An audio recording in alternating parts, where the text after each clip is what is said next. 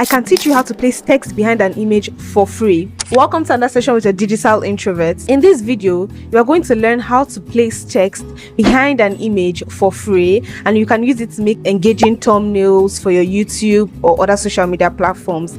Now, you must be thinking, of course, when I search online, I see thousands and millions of videos that can teach me how to place text behind an image. But what is the beef of this video?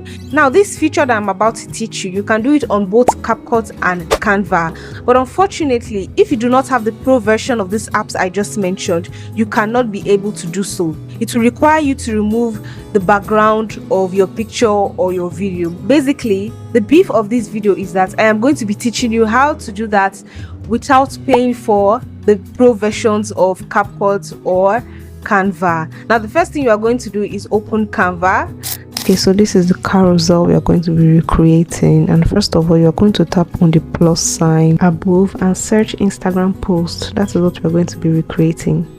Now, on the left panel of Canva, type uploads and download the picture that you want to work on. Drag the picture to the size of the Instagram post, or it's going to look funny when you download it. After this, go to your Google Chrome and type in remove background. Then you upload the picture that you want to remove the background. It removes it automatically. After this, download the image and head back to Canva. On Canva, we are going to edit the image that we just dragged, and I usually like to use the fresco filter, and I adjust it to my liking.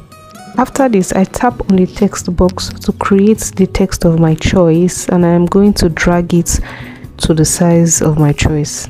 Right now, I'm choosing the font of my choice and the color of my choice, after which I'm going to add a few effects like outline and shadow. After this is done, apply the picture without a background on top of the first picture and text. But when you do this, the text is not automatically going to go behind the image. So you first of all tap on the image and then tap on positions to move the image forward. That is automatically going to make the text go behind the image and give it that effect. And this is how you can make amazing thumbnails for your YouTube videos.